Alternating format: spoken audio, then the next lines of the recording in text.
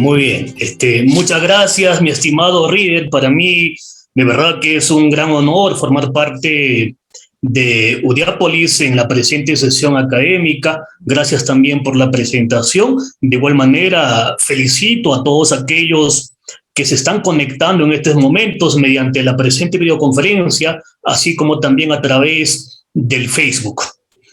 Bien, no tengo más palabras que decir. Mi nombre es Uriel Saxe Orozco, soy abogado y el día de hoy he sido convocado por Udiápolis para poder abarcar un tema tan interesante, así lo considero, porque formar parte de la labor fiscal, si nos queremos enfocar propiamente en el Ministerio Público como una institución, por supuesto, muy respetable y también considerando que es el persecutor del delito, tiene una labor, eso sí hay que reconocer, ¿no? Tiene una labor muy abismal, muy grande, muy trabajoso, toda vez que será el ente que se va a encargar de poder perseguir el delito desde sus inicios, desde la génesis de la noticia criminal, esto es, desde la investigación, desde aquella sospecha de un hecho aparentemente que tendría contenido delincuencial. El Ministerio Público tiene que cumplir con su función porque la norma lo manda, porque la ley lo manda. Esto es realizar los primeros actos de investigación. Y los primeros actos de investigación los realiza pues un magistrado y para ser específicamente un fiscal. Pero el fiscal necesita sí o sí de que alguien apoye en la labor que va a desempeñar. Y esa labor tiene que ser siempre con responsabilidad. Y esa labor va a recaer en un servidor público, como es el asistente administrativo del sistema fiscal, como es también el asistente en función fiscal.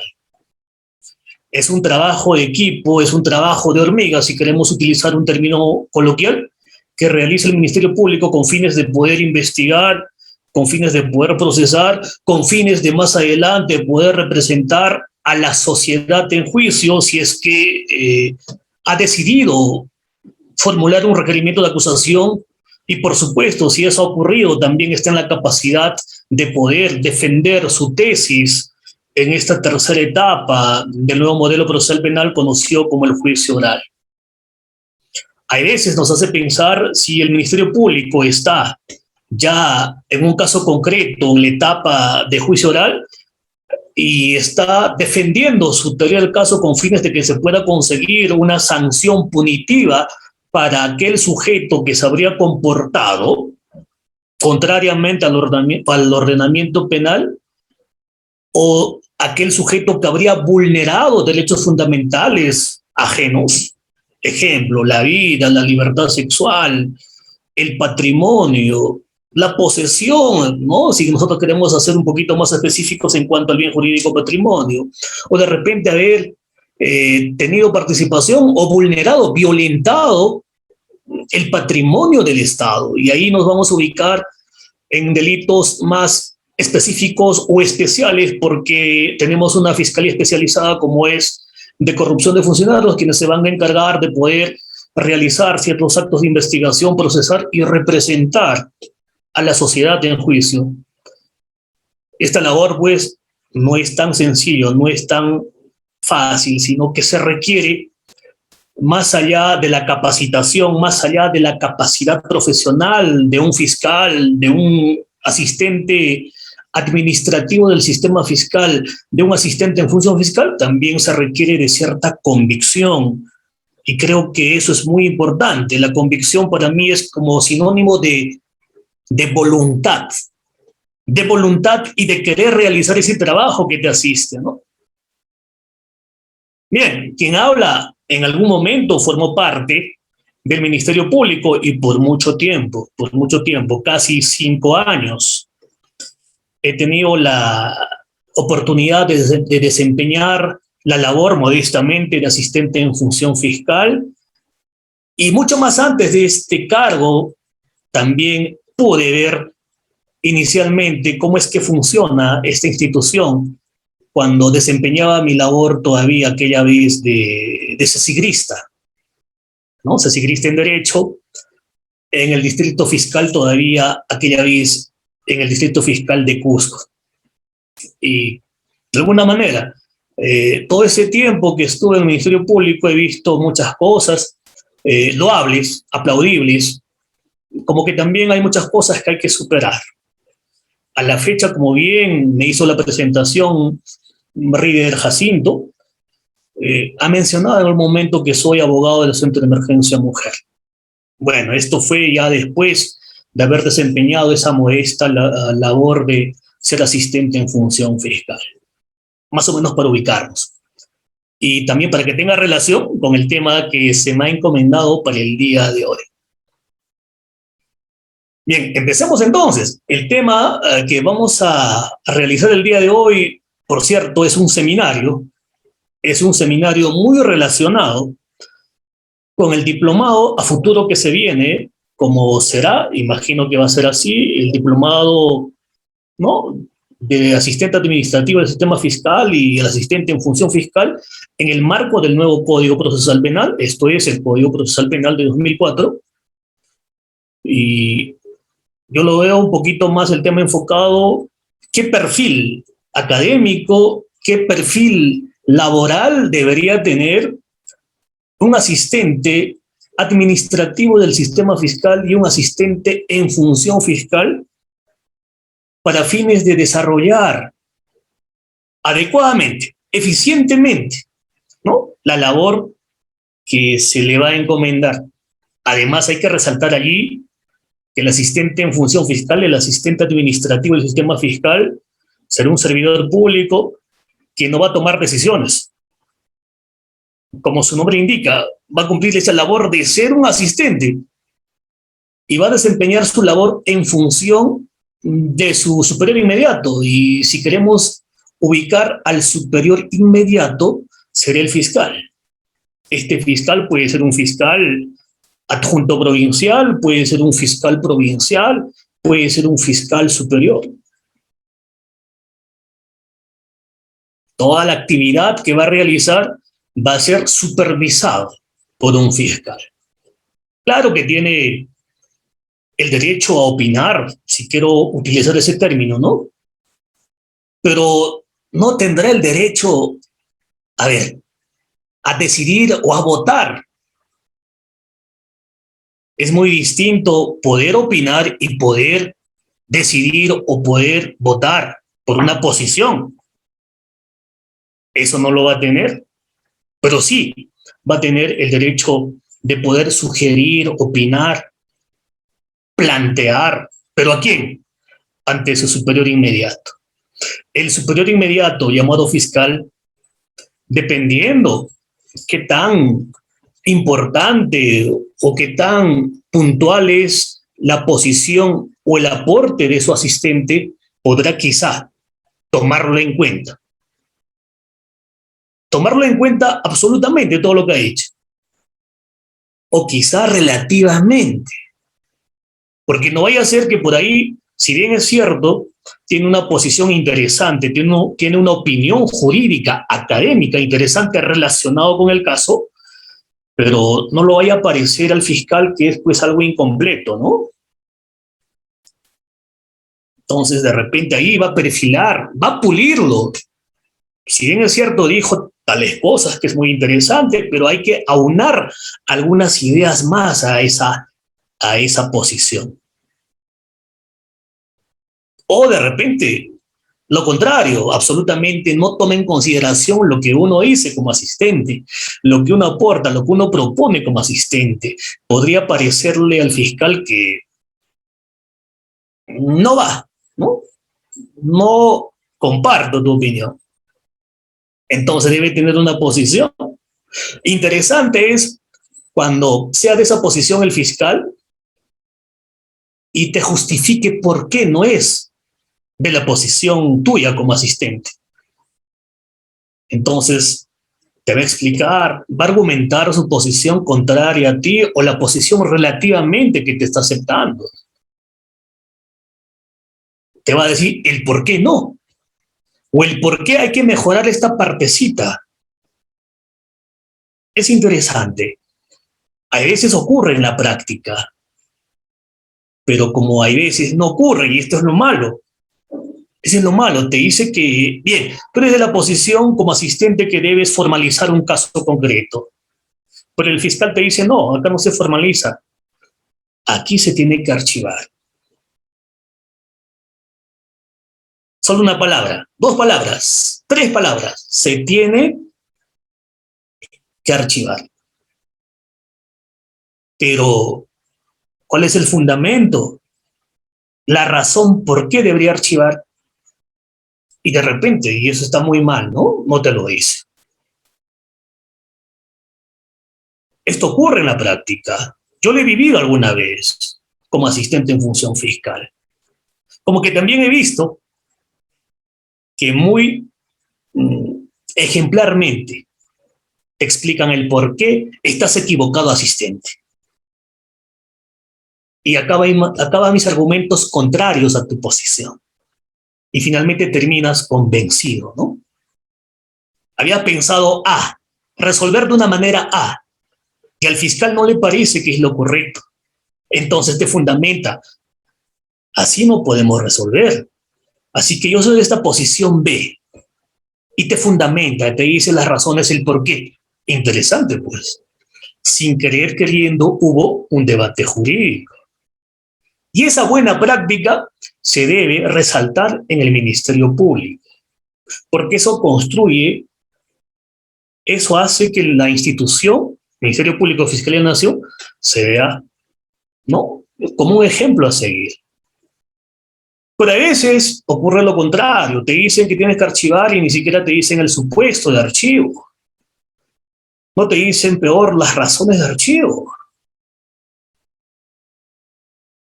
Y ahí estamos mal, pues. Ahí estamos muy mal.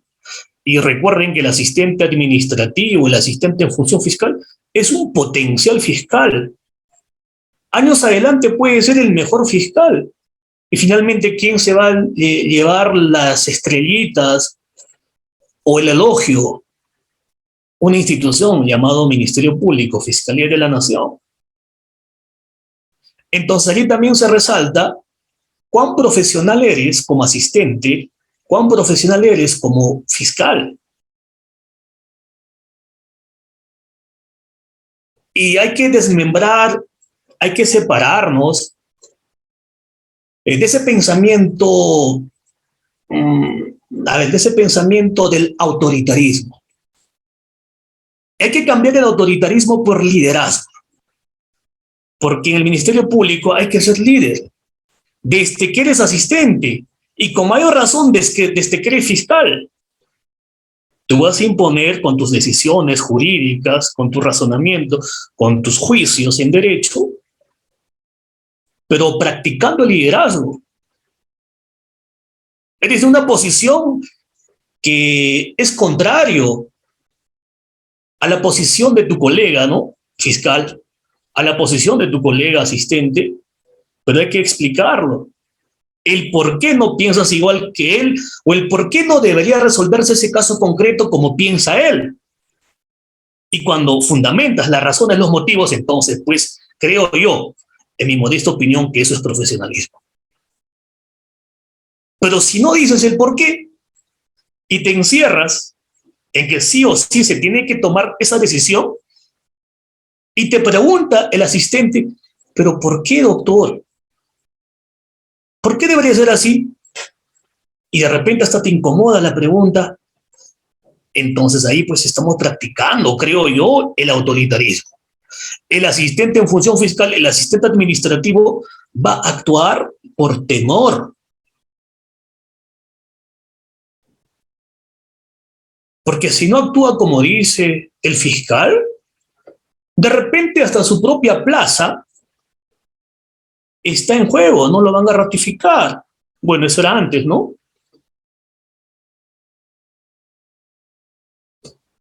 Entonces son cosas que debemos sopesar como profesionales del derecho y como futuros profesionales del derecho. Entiendo que en esta sesión existen personas que están participando que más adelante serán abogados, estudiantes de derecho. Y eso le hace un bien al Estado y para ser específicamente al Ministerio Público. Entonces creo que yo pienso que a eso debemos apuntar, a eso deberíamos apuntar, porque no olvidemos también que nos debemos, como trabajadores del Ministerio Público, sea servidor, sea un funcionario como es el asistente y el fiscal respectivamente, nos debemos a un usuario. Y el usuario se merece la atención como debe ser.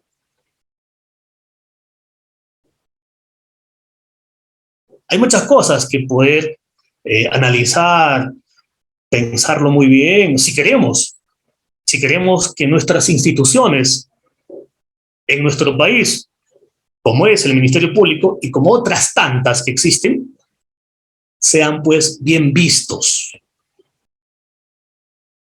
tengan buenas calificaciones por parte de la ciudadanía. Porque a la fecha, si nosotros salimos a la vuelta de nuestra casa, de nuestra ciudad, y preguntamos, tienen una mala imagen del Poder Judicial, del Ministerio Público, de la Policía Nacional del Perú. ¿Por qué? ¿Por qué? Porque precisamente de repente no sabemos dar el trato adecuado, ¿no? Creo yo que es muy importante que aquel que está desarrollando una carrera fiscal, desde que es asistente, tiene que ir por ese camino, por ese sendero. Porque no olvides que más adelante te puede esperar un cargo importante como ser fiscal. Y vas a tomar decisiones. Vas a tomar decisiones de acuerdo a tu criterio. Y ahí nace un principio, ¿no? Un principio de independencia. Solo te debes a la norma, a la Constitución y a tus conocimientos. Nadie va a influenciar en tus decisiones.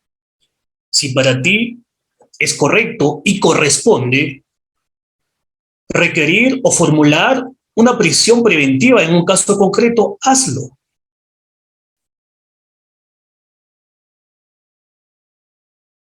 Si es lo que corresponde dejar en libertad a un detenido, hazlo. Porque no todos los detenidos que están inmiscuidos o relacionados con un caso concreto de apariencia delincuencial, no siempre contra todo se va a pedir o se va a formular una prisión preventiva. Lo formularás como fiscal y apoyarás como asistente, siempre en cuando que en el caso concreto corresponda. Y para determinar ello, la norma lo establece, la jurisprudencia lo establece, cuáles serían los requisitos mínimos. Pero hay veces la ciudadanía, el ciudadano de a pie no va a entender, menos la prensa va a entender. Y entonces ahí viene ciertos calificativos, etiquetamientos como ejemplo, a ver, policía ha hecho una buena labor, detuvo al agresor, pero fiscalía puso en libertad. El fiscal no está mal, tendrá sus razones, porque la norma permite que tome esa decisión. Pero la población va a decir, no, aquí hubo algo, hubo corrupción al parecer. Bueno, como ese detenido tiene mucho poder, tiene amigos en la policía, tiene amigos en la fiscalía, en el Poder Judicial, claro, pues. Eso es lo que dice, ¿verdad? Y a eso suma un plus la prensa. Pero nosotros que somos del mundo jurídico, de la comunidad jurídica, pues siempre no vamos a creer esa noticia, ¿no? Entonces tendremos que buscar por qué se habrá dejado en libertad a esa persona que ha sido detenido por tal acto.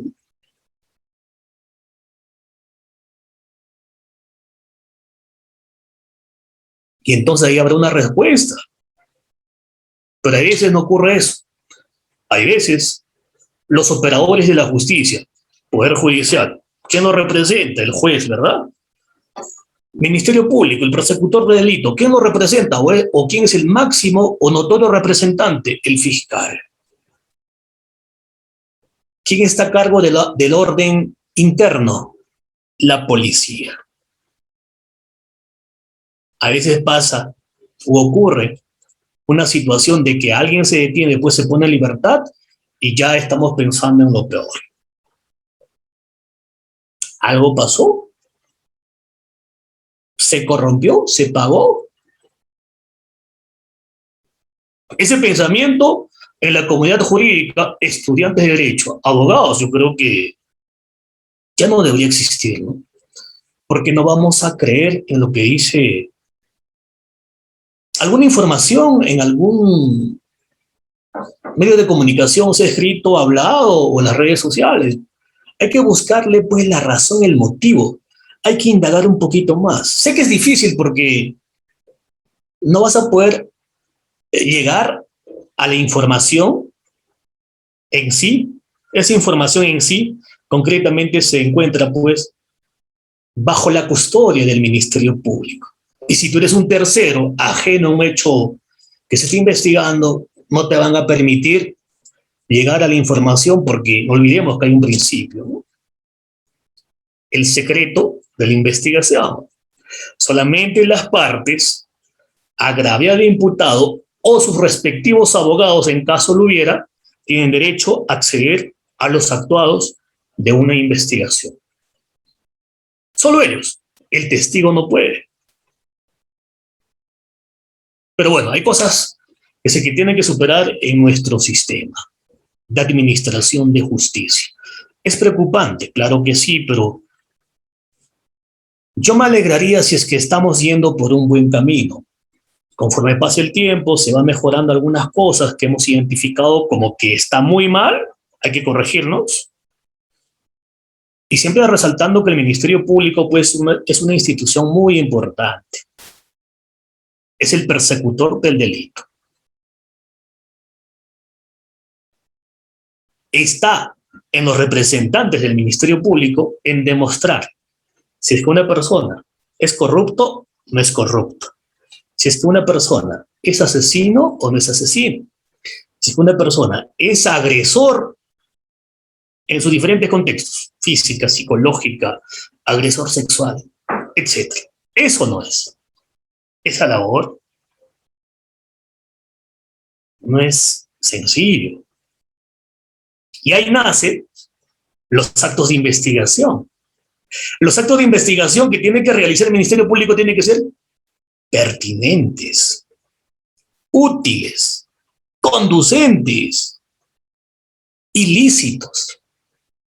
Mira, 4 requisitos que te pida. Solo si es así o se desarrolla de esa manera, lo que tú has actuado como diligencia es válido y será valorado en caso se llegue a juicio para fines de poder el juez, bueno, para que el juez pueda decidir sobre un hecho. Porque a veces se actúan diligencias impertinentes, sobreabundantes, más aún, ilícitos, y mira que de eso se va a aprovechar la defensa técnica del investigado, del imputado, y te va a presentar, o bueno, va a presentar ciertos escritos al juez de investigación preparatoria para fines de poder cuestionar ciertas diligencias. Se había vulnerado, por ejemplo, el derecho a la defensa. Se tomó la declaración de un imputado sin la presencia de su abogado defensor. Se levantó un acta de intervención fuera del lugar de los hechos. A veces sucede lo siguiente. Se interviene a Juan en el Jirón Libertad 1500. A veces la policía, al intervenido o al detenido, ¿no?, le lleva a la dependencia policial y recién ahí levanta su acta. Son actos de investigación ilícitos y van a ser cuestionados y van a ser en su momento excluidos para ser valorados. Y no olvidemos que estos actos de investigación pueden ser indispensables, determinantes inclusive, para poder demostrar la responsabilidad penal de aquel acusado. Si eso ocurre, En conclusión, en términos sencillos, ¿en qué podemos resumirlo? ¿Investigación deficiente? Claro, qué feo suena, ¿no? Investigación deficiente. O sea que la fiscalía no ha investigado como debe ser. Claro, pues eso pasó. ¿Y a qué fiscal le va a gustar? ¿A qué fiscal le gustaría que un caso lo pierda bajo este supuesto? Si ha hecho todo lo que ha hecho, aunque nos duela, ¿no? Habrá actuado por ignorancia. Eso puede ser una alternativa. Dos, de repente se hizo el ignorante. Es otra cosa. Pero bien, con estas palabras introductorias, quiero resaltar la importancia de la institución llamada Ministerio Público Fiscalía de la Nación, también resaltar la importancia del fiscal y, por supuesto, indispensable, quien apoya la labor fiscal, el asistente administrativo del sistema fiscal, el asistente en función fiscal. Entiendo que el presente seminario se está desarrollando con fines de que próximamente se va a materializar un diplomado destinado, direccionado para asistentes del sistema administrativo del sistema fiscal, así como también de asistentes en función fiscal.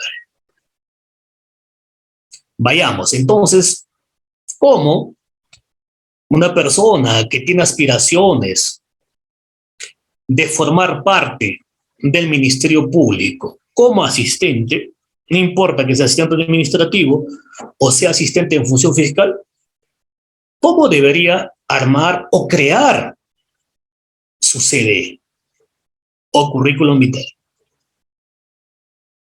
¿Qué es lo mínimo que debería contener su currículum? Bien, había yo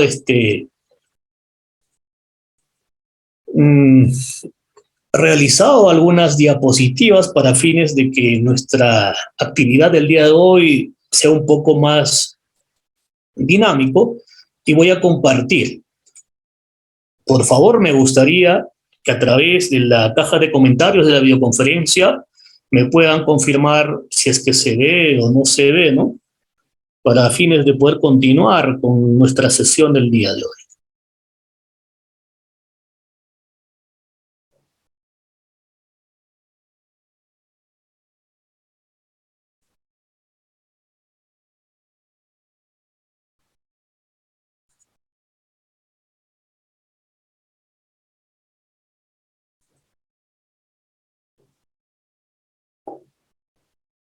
A ver, vamos a proyectar nuevamente.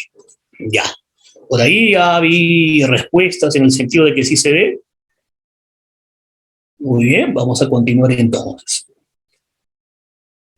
Cuando nosotros abordamos un tema, por lo menos pienso que debe ser así, es una posición personal y me gustaría que lo compartan, y si no, respeto también la posición de ustedes. Siempre hay que preguntarnos el por qué o qué cosa es el tema o la institución jurídica que se está abordando. Entonces vamos a empezar desde allí, muy brevemente, por supuesto, para no poderles aburrir en aburrir en poder explicar qué es o en qué consiste un CV, un currículum vitae. Bien, entonces nos preguntaríamos, ¿qué es un currículum vitae? Si uno revisa, busca información al respecto, de repente hasta nunca lo hemos hecho, ¿no? De inmediato, por ahí, por sentido común, nos dice alguien, oye, tu CV, y preguntamos a alguien por ahí, algún amigo, algún familiar, y nos explica en términos sencillos, es toda la experiencia académica o laboral que hayas podido desempeñar o materializado a lo largo de tu trayectoria como estudiante, como académico, como servidor, como funcionario. Entonces ahí nos hacemos una idea. Y estoy seguro también que nadie se preguntó, ¿y por qué se llama currículum vitae? porque es un término que suena bonito, porque debe ser así, o finalmente decimos, no, bueno, ¿a quién le interesa la denominación? Muy brevemente, el currículum vitae, y está sin tilde, debería llevar tilde en la I de currículum y también en la I de vitae. Debería llevar, si nosotros queremos eh, usar estas palabras en nuestro idioma, que es el castellano o el español. Pero no olvidemos que es un término latín. Y en latín no se usa tildes. Si nosotros nos encontramos alguna palabra o conjunto de palabras en latín y con tildes, es porque ya le dieron sentido a través de otro idioma, como puede ser tranquilamente el español. Pero originariamente no lleva tilde y dice en la Real Academia Española que debe ser siempre escrito en cursiva. Bueno, si es que en algo nos ayuda. El currículum vitae también es conocido como currículo, como hoja de vida y en algunos otros países como resumen, especialmente en Norteamérica. Y tiene la abreviatura de SD, dirán muchos, ¿no? Pero muy pocos pronuncian como debe ser SV. ¿Quién dice SV? Nadie. Dice CV, pero nadie dice CV, ¿no? Es lo que nos pasa en nuestra realidad. Bueno, inicialmente dije S, me corrijo, es C. Nadie dice CV, sino estamos acostumbrados a decir o expresar la V como V. Pero bueno, entonces también usaré ese término coloquialmente que nos han impuesto de repente por una tradición, CV, cuando sabemos muy bien que debe ser CV. Bueno, en términos puntuales vamos a entender que va a ser un documento que va a contener información. No una, no dos, sino un conjunto de información relacionados con los estudios que uno pudo haber realizado, con la experiencia laboral que uno pudo haber desempeñado, con los cargos que de repente en algún momento ejerció y finalmente con reconocimientos por su actividad académica, por su labor profesional que una persona haya obtenido. Reconocimiento dado, por supuesto, por parte de su empleador. Este empleador puede ser una persona, una empresa privada, como también puede ser una persona jurídica, ¿no? Pública o privada. Es lo que debe contener en suma y de manera muy puntual un currículum vitae. Y algo importante, no olvidemos que puede ser documentado, como también no puede ser documentado. Pero esto de quién depende. No va a depender del autor del currículum vitae, sino que va a depender de quien está reclutando, va a depender de la institución que te está requiriendo que presentes tu currículum vitae. Documentado, hay que acompañar a la descripción del CV los documentos sustentatorios a través de constancias, resoluciones, certificados, diplomas, etc. No documentado, basta la descripción. Esta descripción tiene que ser académico, tiene que ser de experiencia laboral, tiene que ser, si estuviera, ¿no? Logros, reconocimientos, formación académica, no solamente en el ámbito de la carrera que uno opta por estudiar, sino que también hay un vértice relacionado con estudios accesorios que en toda profesión te van a solicitar. Y lo sabemos muy bien cuáles son estas. Ofimática, idiomas, ¿verdad? Por supuesto que sí. No importa la carrera profesional que uno está estudiando o que ha estudiado, no importa la maestría o estudio de posgrado que uno está siguiendo, maestría, doctorado, PhD, no importa. Te van a requerir sí o sí estudios accesorios adicionales, como, por ejemplo, estudios de idiomas. También tiene que contener el CV, por supuesto que sí tiene que contener. Yo creo que es suficiente para explicar en qué consiste el currículum vitae. Bien, ahora vayamos a las secciones mínimas o básicas que debe comprender un currículum vitae. El encabezado. Antes de seguir desarrollando este punto, voy a manifestar lo siguiente. La estructura o las secciones que voy a presentar no es la única. Hay otras formas también de cómo se puede estructurar un currículum vitae. Pero considero que la información básica o la sección mínima que debe tener un currículum vitae, y el orden, por supuesto, es el siguiente. El encabezado.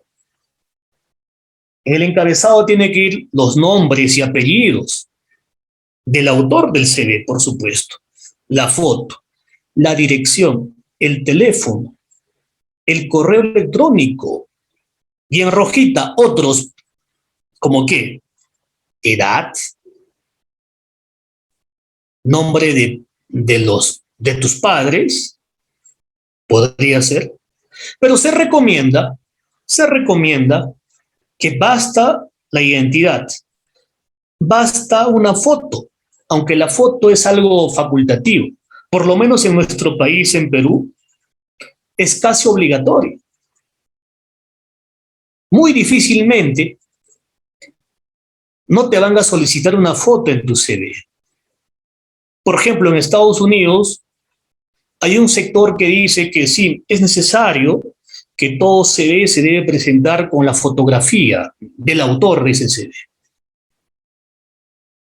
¿Por qué es necesario? Y justifican de la siguiente manera. Es necesario de quién se trata, de conocer a esa persona, por lo menos su apariencia física, ¿no? Pero hay otro sector que dice, no, no es necesario una fotografía. La fotografía inclusive es casi sinónimo de imparcialidad. Porque cuando un jurado califica un CV, ya se siente influenciado por la fotografía. Así que es mejor sin fotografía. Sin fotografía. Cosa que así no nos vamos a dejar llevar por la apariencia física del postulante, del autor de ese CV. Hay posiciones encontradas y ambas posiciones tienen sentido lógico, ¿ah? O me van a decir que a veces nosotros no nos dejamos llevar por una fotografía. Claro. Por algo existen dichos como lo siguiente. Una imagen vale más que 1000 palabras, ¿verdad? Pero bueno, por lo menos en Perú, casi siempre, por lo general, te van a solicitar una fotografía reciente y actualizada. El teléfono, eso sí, yo creo que sí, tiene que ir sí o sí. Si no, ¿cómo te contactan? Mejor si consignas 2 teléfonos. Si por A o B uno de repente está apagado, habrá otro a quien tienen que llamarte, pues, ¿no? El correo electrónico, por supuesto que sí, en estos tiempos que ya estamos ingresando a una era de la digitalización. Como que estamos dejando de lado hacer uso de un documento físico y estamos ingresando a que todo sea digitalizado. Si no, pregúntese ustedes, cuando uno postula una convocatoria de una institución del Estado, Ministerio Público, Poder Judicial, Defensor del Pueblo, la SUNAR, etc. En estos tiempos difíciles todavía, por la coyuntura de la COVID-19, te van a solicitar que remitas tu CV digitalizado a un correo electrónico, ¿verdad? Claro. Importante. Y acá quiero resaltar algo, la denominación o la nomenclatura que debe tener el correo electrónico de un postulante. Tiene que ser algo serio, ¿verdad? Así como la foto, tiene que ser algo serio. De igual manera el correo electrónico. Tú no vas a colocar pues una foto donde de repente te tomaste un selfie cuando estabas de paseo, cuando estabas de viaje, cuando estás con tus amigos. O cuando estabas vestido de repente con un BBD, con un polo. Más aún si eres abogado o futuro abogado. ¿Qué nos va a caracterizar? Mínimamente, si eres varón, una camisa, una corbata, un saco. Si eres mujer, de igual manera, una blusa, un saco. El peinado, ¿vale bastante? Por supuesto que sí. Y el saco tiene que ser un color serio. No vamos a utilizar pues un color de repente que nos haga parecer como artistas, como cantantes. De igual manera el correo electrónico, ¿no? No vamos a consignar nuestro correo, que alguna vez también yo lo creé, algo estrambótico, como seguramente lo hay, y les ha pasado. Ejemplo, podría ser Urielito el Cazador, utilizando mi nombre, ¿no? Utilizando el nombre de una mujer, María, la sentimental, podría ser. Estos correos electrónicos, pues, ya están mostrándote desde un inicio que no es nada serio. Lo recomendable es que tú tengas un correo electrónico con tu nombre y apellido, por lo menos el apellido paterno. Uriel subguión Yasax. María subguión Guamaní, por ejemplo. Y por ejemplo, yo tengo un correo electrónico, no lo creo, y yo pienso que mi correo es muy serio, ¿no? uriel.yasaxe.orozco@gmail.com. Mi nombre y apellido completo separado con puntos. Hay que apuntar también a eso. Eso habla mucho de una persona como profesional, ojo, como profesional.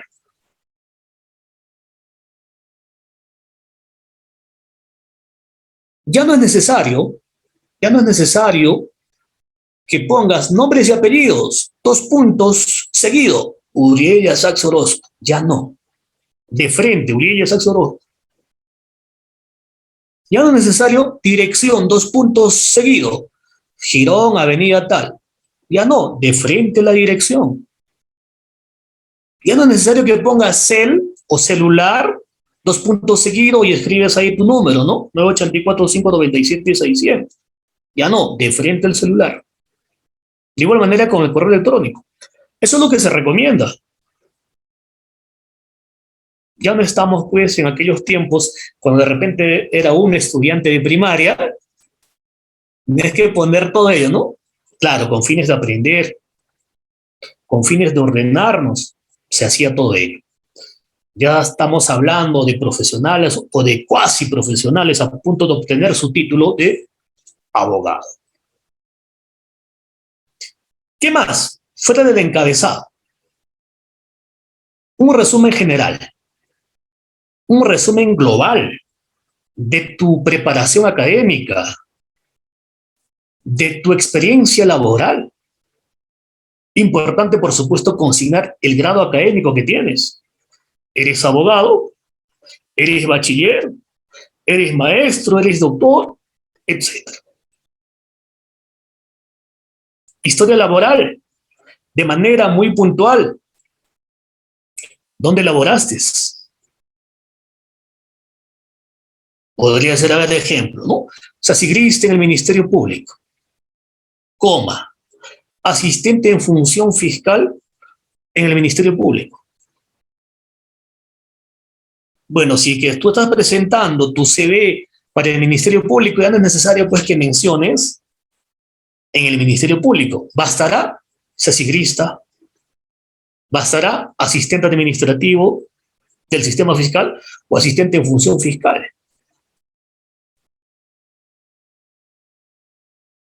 La especialización también, por supuesto, en tu resumen general. ¿En qué te estás especializando? ¿O en qué ya estás especializado? Uno cuando acaba la universidad, obtiene su título de bachiller, optamos por seguir una maestría. Y la maestría que tú vas a seguir va a ser de acuerdo a tu vocación, a tu convicción, a tu gusto, si queremos usar ese término, lo vas a tener. Entonces, vas a concluir quizá, de repente hasta tienes grado académico de esa maestría que has seguido. Hay que consignarlo muy brevemente, ¿no? Maestro en Derecho, mención Derecho Constitucional, digamos, mención Ciencias Penales. La denominación va a depender de cada universidad donde uno ha estudiado una maestría. Y otros, ¿qué más se podría colocar en el resumen global o general? Los objetivos. Los objetivos que uno aspira en esa institución al cual está postulando, a esa empresa privada al cual está postulando. O tus cualidades. De repente tú tienes esa cualidad de trabajar en equipo. De repente eres tolerante. Y muy a menudo vamos a encontrar en las publicaciones o en las convocatorias públicas, ¿no? Con las denominaciones siguientes. Dispuesto, bueno, no recuerdo exactamente las palabras, pero por ahí va. Dispuesto a trabajos bajo presión, pues, ¿no? Bajo presión, esa denominación.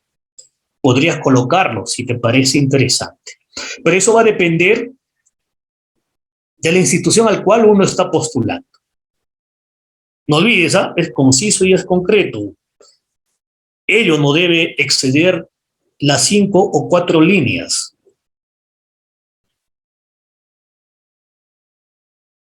A ver, la formación académica.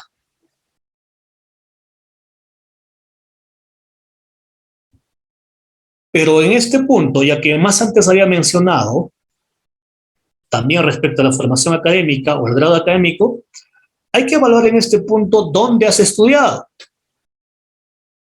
Uno tranquilamente puede decir, ¿no? Soy titulado, soy abogado. Pero más antes de ello, ¿qué va? La universidad donde uno ha estudiado. También se podría consignar el grado que uno ostenta, doctor, maestro.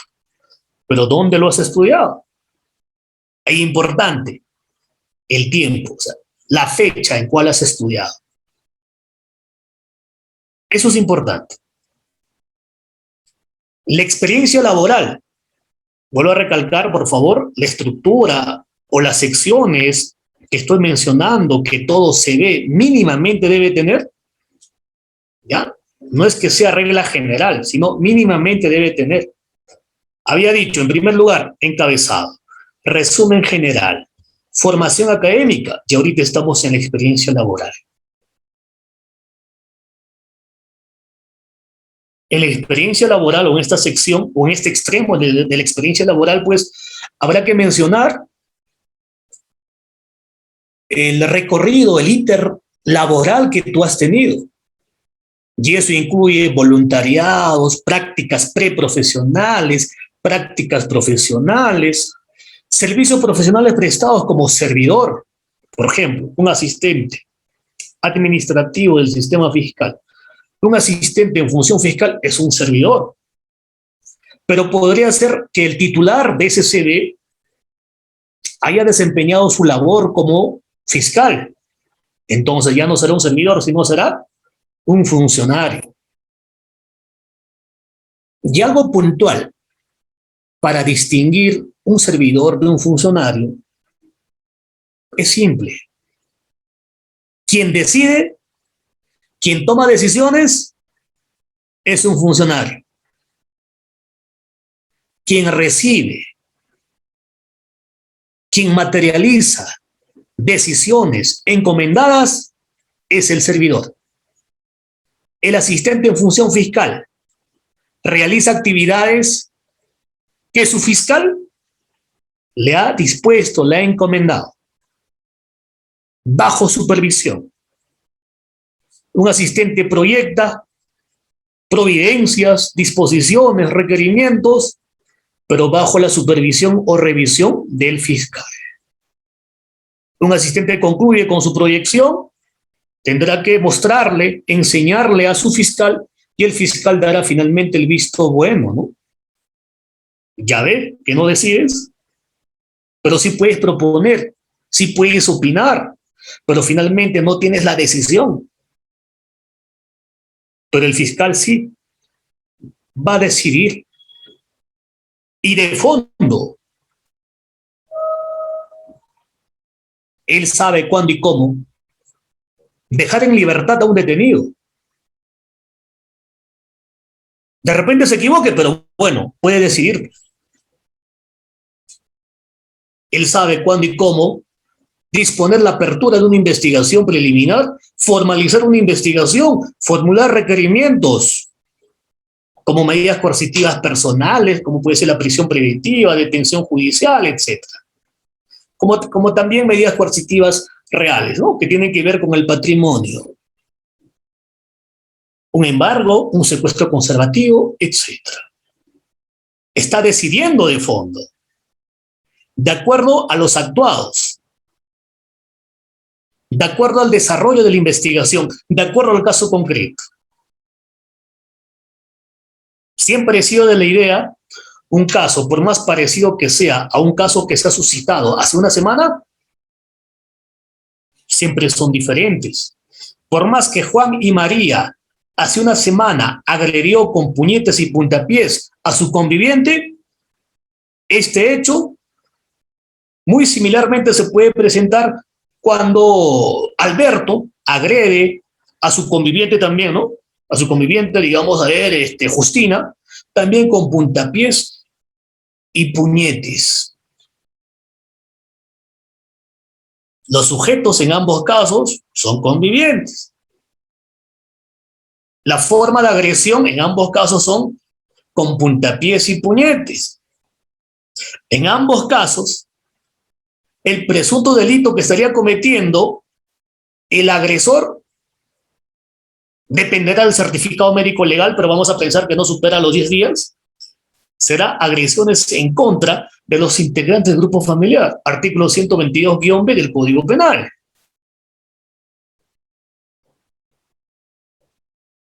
Muy mal si vamos a pensar, bueno, ese caso que ha resuelto de esta manera, igualito voy a resolver en este nuevo hecho, porque es lo mismo. Si estamos pensando en eso como asistentes, como fiscales, estamos aprendiendo, estamos desarrollando el derecho penal, ¿no? De manera mecánica. Y bien sabemos que el derecho no se ejerce de manera mecánica. El derecho se ejerce pensando, razonando. Cada caso es muy distinto. No por algo está prohibido en el derecho penal el principio de analogía. Porque en el hecho que se ha suscitado hace una semana atrás, pudo no haber un testigo presencial, pero en este nuevo hecho pudo haber habido un testigo presencial. En el hecho que ha pasado hace una semana, hay que buscar el móvil. De repente, no hubo, por parte de la agraviada, una defensa legítima. Pero en este nuevo hecho sí hubo una defensa legítima. En el anterior caso, puede ser que por primera vez se está denunciando ese hecho, es decir, es su primera denuncia contra ese agresor. Pero en este segundo hecho, que pasó después de una semana, ya se trata de un reincidente, hasta de un habitual. Entonces las cosas cambian, pues. En el anterior hecho puede ser que exista otros elementos por recabar, ejemplo, un registro fílmico. Porque en el lugar de los hechos se advierte, se observa que habría cámaras de videovigilancia.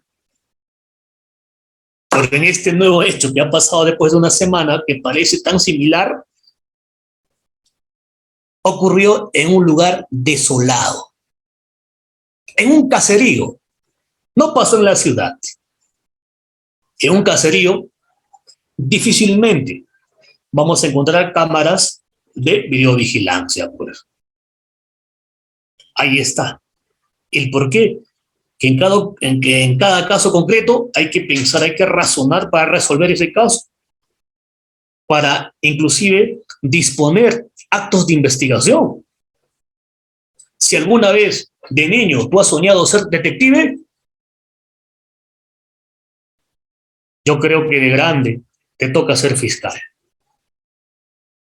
Porque el fiscal tiene que ingeniarse para que investigue un caso. Por algo existe la estrategia de investigación. El fiscal es un estratega.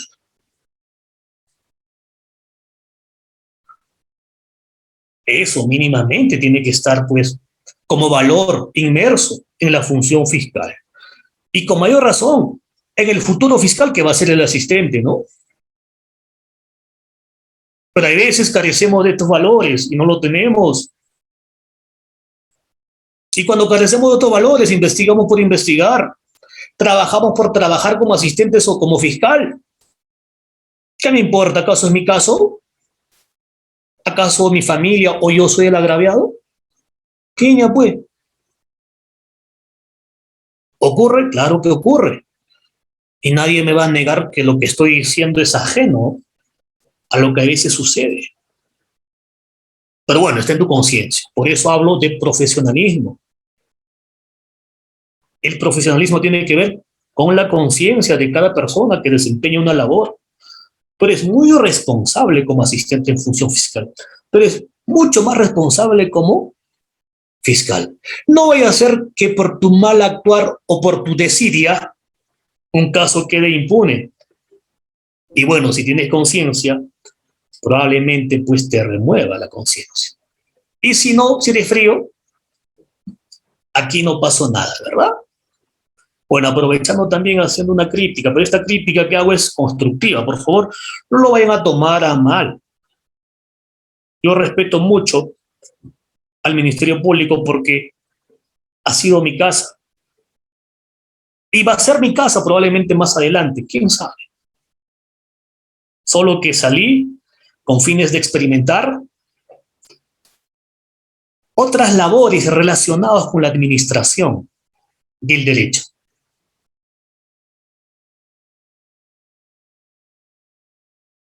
Bien.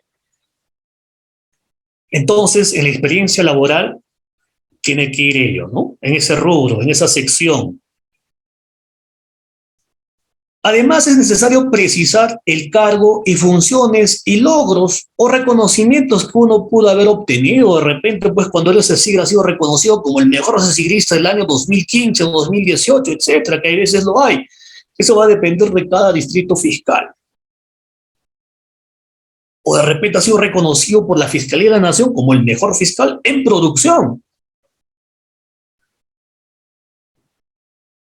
Allí se tiene que colocar reconocimiento, logros, el cargo que has desempeñado. Asistente de función fiscal, ¿cuáles han sido tus funciones? Concreto nomás, ¿para qué tanto? Proyección de providencias, disposiciones y requerimientos. Y no te olvides por donde todos hemos empezado. Ningún asistente ha empezado proyectando. Ningún asistente tampoco va a empezar realizando actividades académicas, como proyectar disposiciones, providencias, requerimientos. Vamos a empezar humildemente desde abajo, foliando. Bueno, a la fecha no se cose carpetas fiscales, ¿no? Se cose expedientes, pero el Ministerio Público ya no, pues ya no vamos a coser. Foliando, realizando oficios, diligenciando las notificaciones que tu fiscal te entregó. Acá tenemos, Uriel, una apertura, Uriel, acá tenemos una formalización, notifica a las partes. Creo que por ahí, en la gran mayoría, uno ha empezado a desempeñar esa labor. Y si vas a ser en el futuro asistente, recordarás que así va a ser. Excepcionalmente, quizás, por allí algún erudito empezó proyectando y le dio a su fiscal, ¿sabes qué? Diligencia, notifica. Yo creo que eso no ha pasado, pues. Pero lo pongo a modo de un ejemplo. Importante cuando uno describe su experiencia laboral, así como también describe las capacitaciones, los estudios, las especializaciones que uno puede seguir. ¿Ya? Es importante que usemos el tiempo descendente, de lo más actual al más antiguo. Ejemplo, si el sujeto X obtuvo el grado académico de doctor el 2021, empezaremos por esa descripción.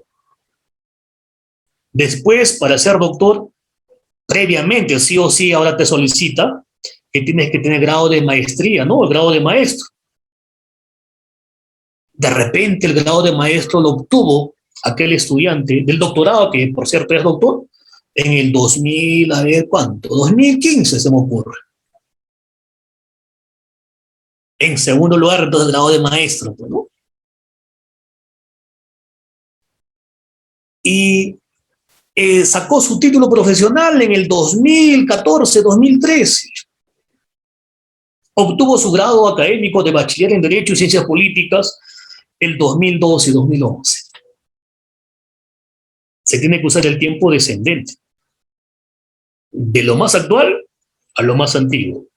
De igual manera en las certificaciones, sea por diplomados, sea por seminarios, cursos, talleres, etc., de la capacitación de los estudios más vigentes al más añejo, al más antiguo. Importante usar el tiempo descendente, entonces. También es necesario que tenga un rubro o una sección de reconocimientos o habilidades. Un sujeto X, autor de un CD, podría ser que cuando era estudiante de Derecho, pues, haya obtenido un reconocimiento por haber participado en el concurso de oratoria en el día del aniversario de su facultad. Sabemos bien que en la Facultad de Derecho, por su día, siempre hay actividades académicas, y no solamente académicas, sino también deportivas, etc. Y hay concursos a veces, al mejor artículo, al mejor canto, al mejor poema, etc. Podría ser que la universidad te haya reconocido, pues, tu facultad con una resolución. Hay que ponerlo allí. Reconocimientos o habilidades. Bueno, habilidades específicamente, ya me refiero a otros temas. Si nosotros revisamos las redes sociales, siempre vamos a encontrar a menudo que hay concurso de litigación oral para estudiantes, ¿verdad? Claro. De repente hasta ustedes son protagonistas o fueron protagonistas de aquella actividad académica. Concurso de ponencias de pregrado. Concurso de artículos. De pre hasta de posgrado. Dependerá de la universidad y de las ganas que tenga esa universidad para organizar ese tipo de eventos. Por ahí tendrás pues un reconocimiento, primer lugar, segundo lugar, etc. Se puede colocar en ese rubro de reconocimientos, claro que sí. De repente no tienes ninguna actividad relacionada con el derecho, sino más bien con asuntos sociales. En Navidad llevaste ciertos regalos, organizaste a tu facultad, organizaste a tu código, a tu semestre, para fines de colaborar con un distrito X, con un anexo de este distrito y llevaste ese apoyo social. Juguetes, chocolatada, regalos. Y la municipalidad, por ese acto de desprendimiento, que por supuesto es loable, te reconoce con una resolución de alcaldía, ¿no? Hay que colocarlo también. Entonces, mínimamente, un CV, un currículum vitae, debe tener estas 5 secciones. Vuelvo a recalcar, no es regla general. Si tú revisas en el Internet o en la Internet, vas a encontrar muchas plantillas de CV. Pero lo recomendable para nuestro país es lo que acabo de exponer. Bien, vayamos entonces ya de lleno, nos ubicamos en la labor del asistente en función fiscal, del asistente administrativo. Y nos preguntaremos entonces, ¿cómo debería ser el CV del asistente administrativo o en función fiscal? Antes, quiero recalcar algo. En el Ministerio Público hay asistentes administrativos que no corresponden al sistema fiscal. Entonces, si nosotros queremos referirnos correctamente al asistente administrativo que apoya en la labor fiscal, tendríamos que decirlo con su nombre completo: asistente administrativo del sistema fiscal. Este asistente administrativo del sistema fiscal es un futuro abogado, como requisito mínimo, de repente hasta ya sea abogado. En esta plaza no vamos a tener a otra persona que no tenga estudios de derecho o que no haya estudiado derecho. Pero eso no significa que un servidor sin ostentar estudios de derecho o sin ostentar el título de bachiller en derecho o de titulado en abogado no pueda trabajar en el Ministerio Público. Por supuesto que puede trabajar y puede tener el cargo de asistente administrativo, pero no del sistema fiscal. Hay otras áreas en el Ministerio Público donde un administrador, un economista, un contador, un ingeniero de sistemas, un profesional en ciencia de la comunicación tranquilamente puede ocupar. Y es un asistente administrativo.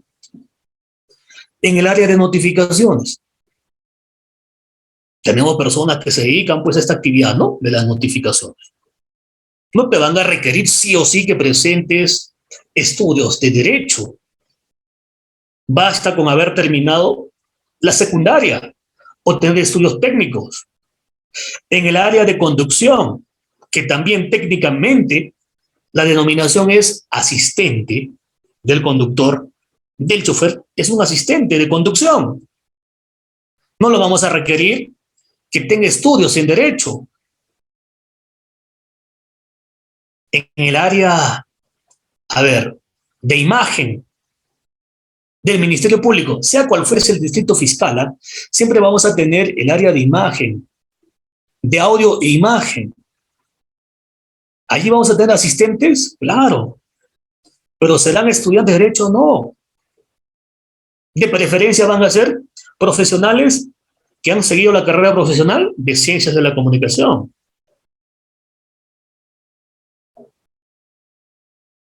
Entonces hay que distinguir ellos. Entonces, si yo me refiero al asistente administrativo del sistema fiscal, me refiero a aquel servidor público que presta su servicio profesional en un despacho fiscal, estrictamente en la labor fiscal. ¿Y cuál es la labor fiscal? Recibir denuncias, investigar, procesar, participar en juicio, participar en la ejecución de una sentencia. Entonces, allí sí, pues, ¿no? Se va a requerir un asistente administrativo del sistema fiscal. ¿Y cuál es el requisito mínimo que te pide? Ser estudiante del 4º año de Derecho o, si no, su equivalente, estudiante del 8º semestre de Derecho. Y del asistente en función fiscal, como requisito mínimo, ser bachiller en Derecho y Ciencias Políticas.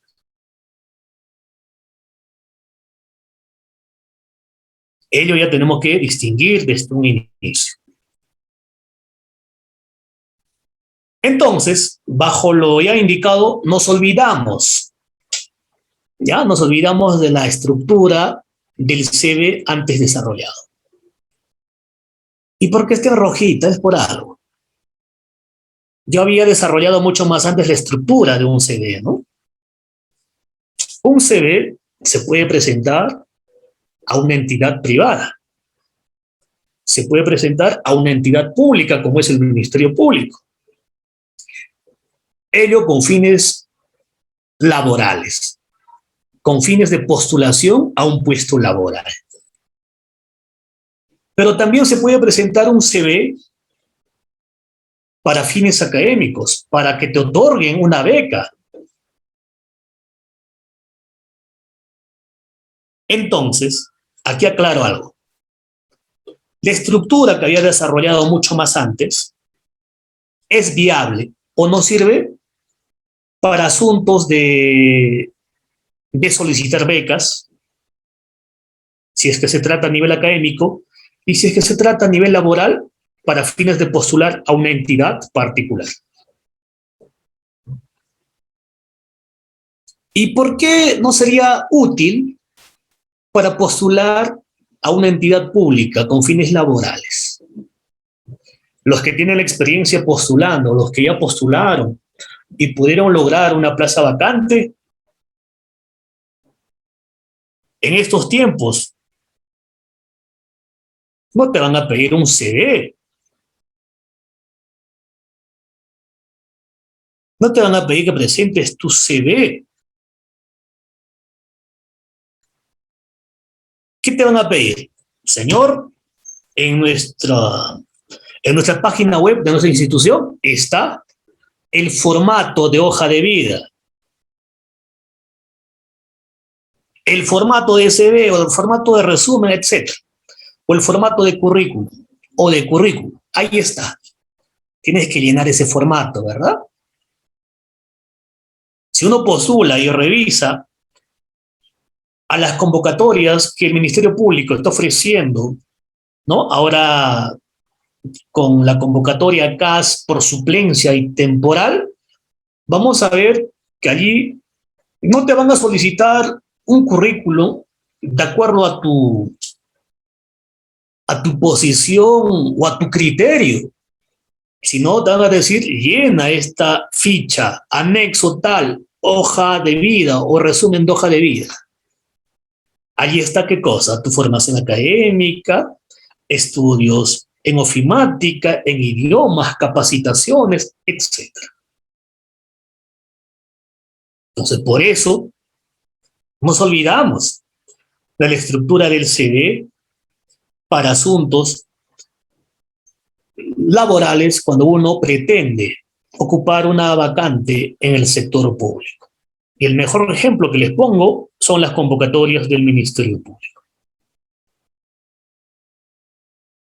Pues tienen la posibilidad o la facultad de poder decidir o diseñar el criterio de su convocatoria, ¿no? Porque son autónomos.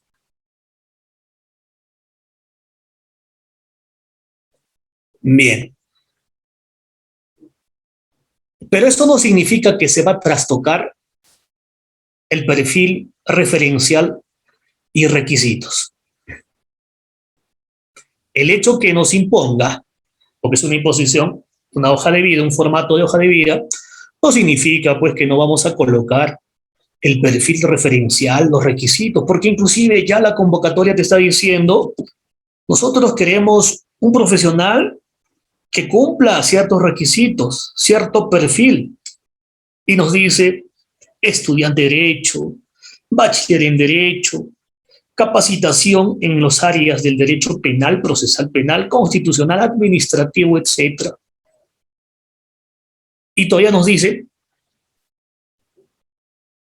las horas académicas que debe contener mínimamente, hay veces, ¿no?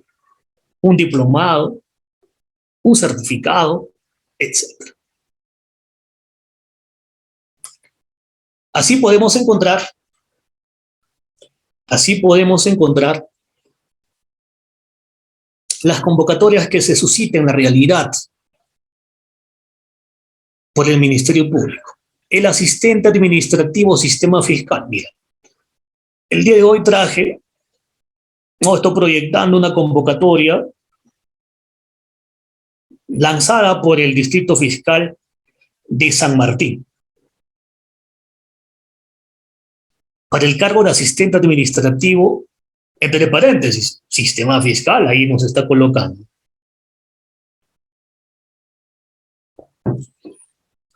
Y allí nos va a poner mínimamente los requisitos. Cuarto año de Derecho o octavo ciclo regular de la carrera profesional de Derecho. Inclusive los requisitos de la experiencia laboral. No solicito un año, ¿no? Y las funciones, bueno, es un tema muy aparte, las funciones del asistente administrativo, del asistente en función fiscal, que estoy muy seguro que en su momento se va a desarrollar dichas funciones. Lo que quiero hacer notar es que, como podrán advertir o observar, ya nos pone ciertos parámetros que debe cumplir una persona que pretende ocupar ese cargo de asistente administrativo del sistema fiscal. Eso quiere decir que el CV que vamos a crear o los estudios que vamos a seguir tienen que guardar cierta coherencia o conexión para dicho puesto. Siguiente diapositiva, el asistente en función fiscal. ¿No? Aquí tengo una convocatoria lanzada por el Distrito Fiscal de Huancavelica para el cargo de asistente en función fiscal y te pone ciertos requisitos. Mínimamente grado de bachiller en la carrera de Derecho. La formación ya es muy distinto, ¿no? Formación en Derecho Penal, Derecho Procesal Penal, Derecho de Ejecución Penal, Derecho Administrativo. Y te ponen inclusive que dicha capacitación o que dicha formación no debe exceder un mínimo de años. Y ahí aparece 5 años. La cantidad de horas inclusive, ¿no? ¿Cuántas horas deberían tener los certificados que van a acreditar que tú tienes formación o capacitación en Derecho Penal, Procesal Penal, Derechos Humanos? Los requisitos. Los requisitos de la experiencia laboral, 2 años. Incluye el CECIGRA. El CECIGRA te cuentan como 1 año.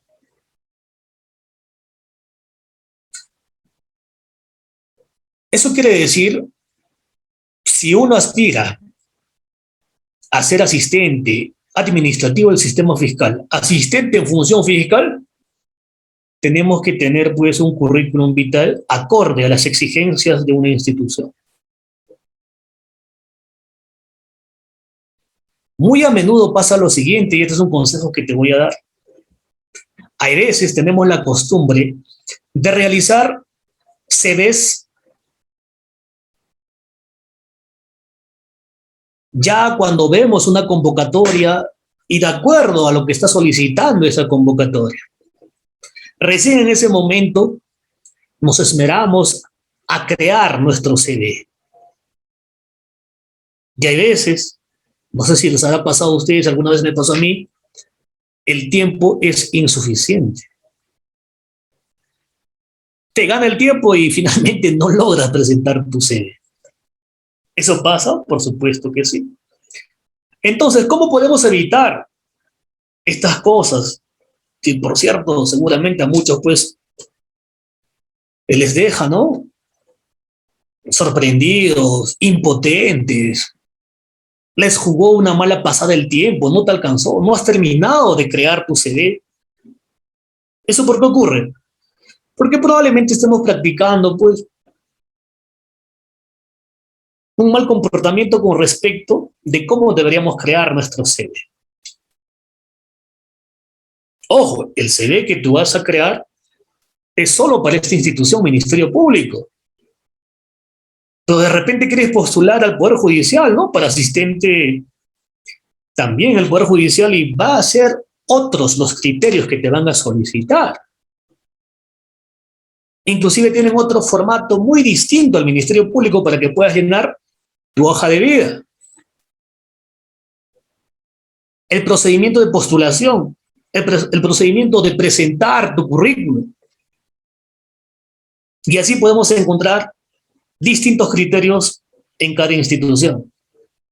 En algunas sencillas, en otras difíciles.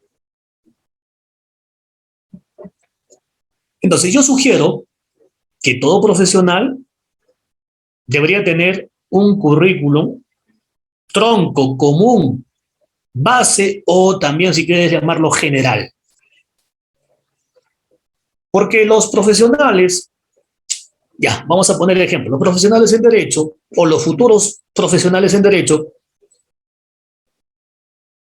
pues no tan solamente se capacitan o siguen estudios inclinados al derecho penal, al derecho procesal penal. Estoy seguro que más de uno de esta videoconferencia tiene capacitaciones en el área civil, en SUNAT, en registros públicos, etcétera, ¿verdad? Claro. Inclusive en organismos reguladores como OCITRAN, OCINERMIN, SUNAS, OCIPTEL. Dichas constancias, dichas certificaciones, ¿de qué te va a servir cuando tú postules al Ministerio Público? No te va a servir. Porque las reglas, el perfil, la referencia de los requisitos es claro, ¿no es cierto? Ahí te dice qué estudios debes tener. Claro, lo general, lo principal para un profesional de derecho será pues estudios, capacitaciones en derecho constitucional y derechos humanos. Eso sí te sirve para todo. Postulas para familia, te va a ser útil. Postulas para penal, te va a ser útil. Postulas a un organismo regulador, te va a ser útil. Postulas a otra institución como la SUNAR, la SUNAT, te va a ser útil.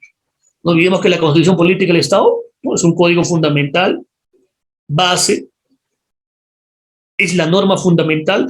En base a ello se ramifican otras normas de menor jerarquía. ¿Y cómo que no va a ser útil? Va a ser útil. Es la única excepción. Podría ser que una persona, más allá de sus capacitaciones, también inclusive desarrolle labores, a ver, se me ocurre, más allá que trabaje como asistente, más allá que trabaje como fiscal, como juez, etcétera, desarrolla actividades como la docencia universitaria. Obviamente, conforme a ley, fuera de tu horario laboral, puedes ejercer la docencia universitaria. Puedes obtener también un pago adicional a la función que desempeñas por la docencia universitaria, un doble pago, siempre y cuando que no desarrolles dicha actividad de docente dentro de las horas laborales que te toca trabajar. Entonces ahí tú ya tienes ya un currículo como docente universitario.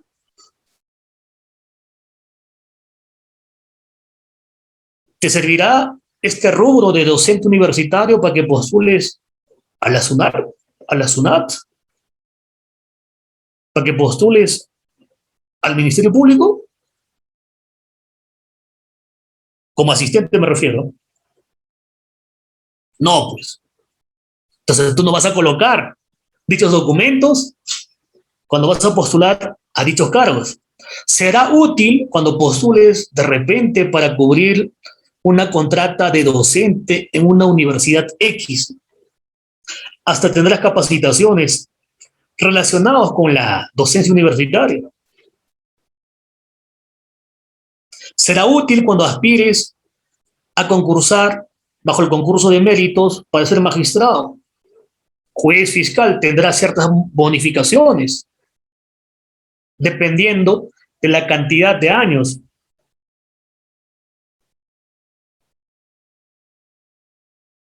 Por esa razón es necesario tener un currículum vitae general, base. Allí puedes tú describir todas tus capacitaciones, todas tus experiencias laborales,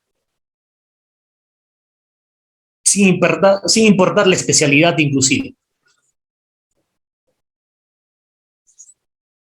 Entonces, después tú verás una convocatoria en el Ministerio Público, en el Poder Judicial, y todavía hay que ver, ¿no? Ministerio Público, ¿pero para qué área? ¿Será penal? ¿Será civil? ¿Civil y familia, de repente? Poder Judicial, ¿será para el área penal? ¿Juzgado civil? ¿Juzgado laboral? Entonces, recién, de acuerdo a esa convocatoria, uno crea un CV específico, acorde, ¿no? Acorde a lo que te están requiriendo en dicha institución. Con eso estoy diciendo, como asistente en función fiscal, como asistente administrativo, pues no estás en la obligación de que solo debes capacitarte en derecho penal, procesal penal o relacionado con este mundo del derecho penal o del derecho civil y familia. Puede ser que tengas otras capacitaciones, estudios de arbitraje, por ejemplo. Todo ello tienes que manejarlo en un CV global, general. Tus reconocimientos, por ejemplo. Primer puesto en oratoria, primer puesto en artículos, etc. Ello va a ir en el rubro de habilidades.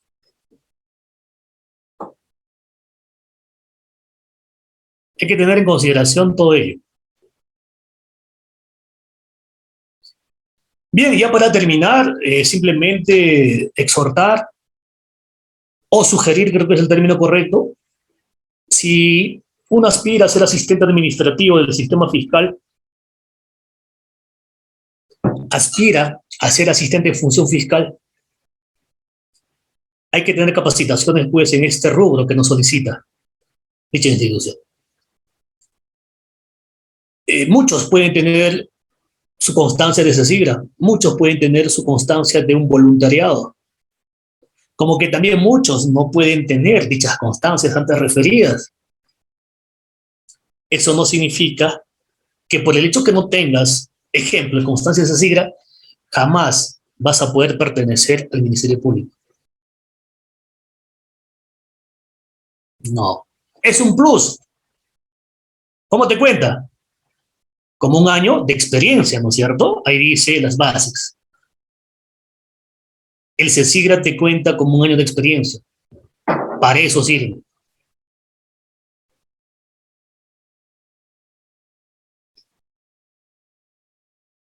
Pero uno puede tener un año, 2 años, 3 años de experiencia tranquilamente habiendo sido asistente legal en un estudio jurídico particular. ¿Cuál es el problema? ¿Sirve? Por supuesto que sí, vale. Bien, mis estimados participantes, es todo lo que puedo manifestar en esta actividad. Espero que haya sido, pues, de su agrado. Antes de despedirme, solicito, ¿no? De repente alguien de ustedes tiene preguntas, yo encantado de responderlas, o quizá también podrían aportar a lo expuesto. Me parecería muy genial que hagan ello. A ver, escucho, ahora es el momento. Mientras tanto voy revisando los mensajes que pudieran haber en la caja de comentarios de la presente videoconferencia. Sí, doctor, ¿me logra escuchar? Sí. Si gusta, sí, yo le doy lectura, doctor. Hay preguntas, ya está bien, ¿sí? Te escucho, Ríos. Sí, vamos. El doctor Rosas hace mención. Doctor, ¿hay límites de edad para las contrataciones? Bueno, se presume para asistente de función fiscal. Bien, presumiendo, ¿no? Para el cargo de asistente en función fiscal, para el cargo de asistente administrativo, no hay límites de edad. Las bases son claras. Asistente administrativo, mínimamente estudiante de derecho del 4º año o 8º semestre, como mínimo. Asistente en función fiscal, como mínimo, tener grado de bachiller en derecho. Cumples con ello, ya estás expedito para que puedas postular a dicho cargo. Obviamente, recordándoles, por supuesto, que tienes que tener capacitaciones, certificaciones en el área correspondiente. Si es para ocupar un cargo en una fiscalía, en lo penal, hay que tener pues las capacitaciones respectivas con esta área, ¿no? De repente en lo civil, también. Hay fiscalías especializadas, por lo menos en la capital, en Lima, hay fiscalías especializadas, ejemplo, fiscalías especializadas de, de violencia contra la mujer e integrantes del grupo familiar, fiscalías especializadas en tránsito. Hay que tener, ¿no? Si vamos a postular a estas dependencias fiscales, hay que tener certificación relacionados con dichas fiscalías.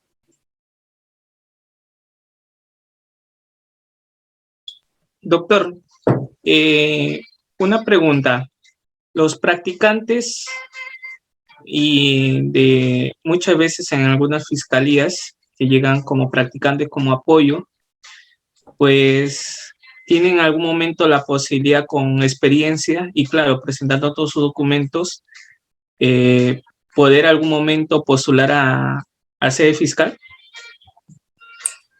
Por supuesto que sí, por supuesto que sí, previamente cumpliendo con los requisitos que antes había mencionado, pero este practicante, bueno, si hablamos de practicantes habría que entenderlo como algo reconocido por una resolución, un CESIGRA, ejemplo, o también un voluntario. El CESIGRA, como el voluntario, siempre van a ser reconocidos por su labor de prácticas desarrolladas en el Ministerio Público a través pues, de una constancia, ¿no? Si es en caso de ser CESIGRA, y si de haber sido voluntario, también con una resolución del Ministerio Público. Estos documentos se tienen que presentar. Pero hay veces, en la práctica, ocurre que yo lo hice alguna vez siendo estudiante de Derecho, apoyé en un despacho fiscal sin ser voluntariado, inclusive en esa fecha no había todavía esta política del voluntariado, solo había el CESIGRA.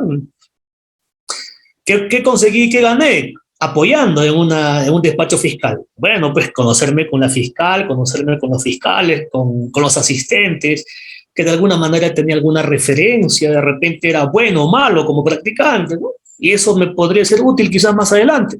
Podría ser en el momento de qué, ya de la entrevista. Porque antes, si uno postula el examen de conocimientos, el examen del currículum vitae, hay que pasar por todo ello. Se supone que hay que pasar eso, pues, ¿no? De repente podría ser, hablando y siendo realistas, si has sido practicante sin que tengas de repente este reconocimiento como una resolución por ser voluntario, o teniéndolo, pudiste haber desempeñado una buena labor. ¿Y por qué no? Si te conoce la fiscal, te conoce el fiscal, estarían apostando por un buen asistente en función fiscal, por un buen asistente administrativo y probablemente un fiscal, pasados los años. Sí, doctor, le comentaba ello porque, bueno, en mi caso también inicié como mi labor como practicante y a veces, bueno, pasaba momentos que llegaban abogados y no sabían si los trámites documentarios y ya uno ya por el conocimiento que ya del día a día, ya iba sabiendo cómo presentar los documentos y además también la labor del asistente administrativo, del fiscal, y luego ya con esa experiencia se pudo, bueno, pudo postular, pudo obtener esa plaza y pues también es muy bueno que practiquen porque muchas veces tienen el temor de decir, ¿y qué voy a encontrar adentro? ¿Qué voy a encontrar en la fiscalía? Y pues, bueno, de la experiencia también que he tenido, pues siempre es bueno apoyar, ingresar a veces por voluntariado, porque eso te va a ayudar a quitarte los miedos en una sede fiscal y también los conocimientos que vas a aprender. ¿Correcto, doctor? ¿Estoy en lo cierto? Claro, por supuesto. Mira, ahí aunado a la idea que tú planteas, eh, yo sé que vas a tener tu primera declaración, o sea, vas a tener esa primera declaración que el fiscal te va a disponer, toma la declaración en tal caso. Vas a tener también la primera vez que vas a atender a un usuario, a un abogado. Y la primera vez, como por ahí hay dichos, ¿no? Siempre duele. Es verdad, pues. Y a veces uno no sabe qué preguntar. A mí me pasó cuando era asistente, yo no sabía qué preguntar en mi primera declaración cuando era CECIGRA. Cuando practicaba, apoyaba de manera voluntaria, no me daban esta labor, sino le daban al asistente, pero sí tuve la oportunidad cuando era CECIGRA. Y la verdad que no sabía, ¿no? ¿Qué preguntar? Y era un caso tan sencillo como el LQR. ¿Y quién venía a declarar? La agraviada. Claro, ahora digo que era sencillo, pero aquella vez para mí era muy difícil. Entonces, uno que debe hacer como asistente, como voluntario, como CECIGRA, el hecho que seas asistente no significa que sabes todo. Puede ser que está bien, conoces teoría, pero de repente en práctica te falta. Siempre hay que socializar con el fiscal. Y a veces tenemos ese temor o esa vergüenza de preguntar una pregunta que parece para nosotros tan sencillo, pero de esa pregunta puede depender el futuro de un caso, ¿no? Hay miedos que tenemos que vencer y preguntar sobre algo que te parece que es insignificante. Yo creo que vas por un buen camino. Recomendación, nunca actúes. Si de algo dudas, como asistente, como CECIGRA, como voluntario, no actúes por deducción o porque te parece que si dudas, pregunta al fiscal. Ojo, el fiscal está para poder encaminarte como practicante, como cecigrista, hasta como asistente en función fiscal, está para eso, te está formando. ¿No? Claro, hay que tener mucha suerte también para que te toquen pues, fiscales que tengan quizás un tiempito para que te puedan apoyar, guiar, conducir. Hay veces no tenemos esa suerte y nos toca fiscales muy, a ver, voy a utilizar el siguiente término, de repente muy ocupados, entre comillas, y no hay tiempo para que puedan colaborar, guiar al practicante, al CECIGRA y al asistente. Hablo de un asistente que recién está desempeñando su labor los primeros meses, estoy seguro que está perdido. Al no ser que haya sido practicante voluntario CECIGRA, por lo menos tiene idea. Pero si es que nunca realiza esa labor, estoy seguro que está perdido. Sí, doctor, justo comentaba en el chat a uno de nuestros participantes, mi primera vez en Ministerio Público malogré en una impresora. Y pues, y sí, muchos a veces podemos cometer esos errores, pero son parte de que siempre tenemos que tener, bueno, preguntar. Bueno, a mí me pasó que yo estuve en varias fiscalías en corrupción, crimen organizado y luego en la penal ya las dos últimas como asistente administrativo función fiscal y pues sí, me fue muy bien, pero en la de corrupción es según qué fiscal también puedas tener, porque en crimen me dijeron, tú ya sabes, ya vienes de una fiscalía especializada, ya tienes que saber todo el sistema, pero son muy diferentes los casos, pero sí, siempre preguntando, siempre estando atento a lo que está haciendo el fiscal, cuáles son las preguntas que está interrogando, cómo es su dirección a sus preguntas, porque eso a uno le ayuda. Ya cuando es asistente de función fiscal, sé que no llegas con toda la experiencia, porque siempre vas a aprender, pero claro, va a ser una ayuda muy fundamental en el momento que tengas primero la entrevista y segundo ya cuando realices su labor como asistente de función fiscal. Comparto tu posición, tu opinión, mi estimado Rier. Doctor, dice muy buenas noches, es importante nuestra religión. ¿Cómo es eso? Doctora Emperatriz, a ver si le activo su audio. Doctora Emperatriz, ¿cómo está? Buenas noches, qué gusto saludarla. ¿Está activo su audio? Aló. Hola doctora, ¿cómo está? Muy buenas noches, bienvenida a Audiápolis. Buenas noches. Una pregunta. En el CV es importante poner nuestra religión. Bueno. Aló. Sí, Emperatriz, gracias por la pregunta. He escuchado con claridad tu pregunta. Ahora, respondiendo, mira, yo diría, dependiendo, dependiendo. Dependiendo a dónde estás postulando, porque también un religioso podría presentar su CV para un ente religioso y debe consignarlo viendo esa naturaleza, por supuesto que sí. Ahora, una persona puede ser católico, Buda, etcétera, o practicar alguna secta religiosa, que hay mucho, por cierto, ¿no? Respetando cada posición religiosa, están libres y tienen el derecho a postular a cualquier institución del Estado. No es obligatorio que pongas que eres católico, eres cristiano, evangelista, etcétera. Por eso había mencionado, cuando he desarrollado la estructura del CD, poner aspectos puntuales, nombre, teléfono, bueno, tu especialidad, abogado, administrador, contador, etcétera, dirección, correo electrónico y teléfono celular. Y de frente, ¿no? Nombres y apellidos, 2 puntos seguidos y tal, no, sino de frente. ¿Puedes colocar adicional a ello? Claro, no hay ningún problema, eso ya depende del autor de ese CV. Pero no olvidemos que el reclutador o el empleador que está convocando para cubrir una plaza sabe de qué se trata la convocatoria, sabe qué tipo de profesionales requiere. Y si vamos a pensar en el Ministerio Público, no va a importar, pues, de qué religión sea uno. No importa, ¿no? Eso hay que tener en consideración. Entonces va a depender a dónde se postule. Entonces por eso hay que adecuar siempre nuestro CV para la institución que estamos postulando y de acuerdo a lo que está requiriendo.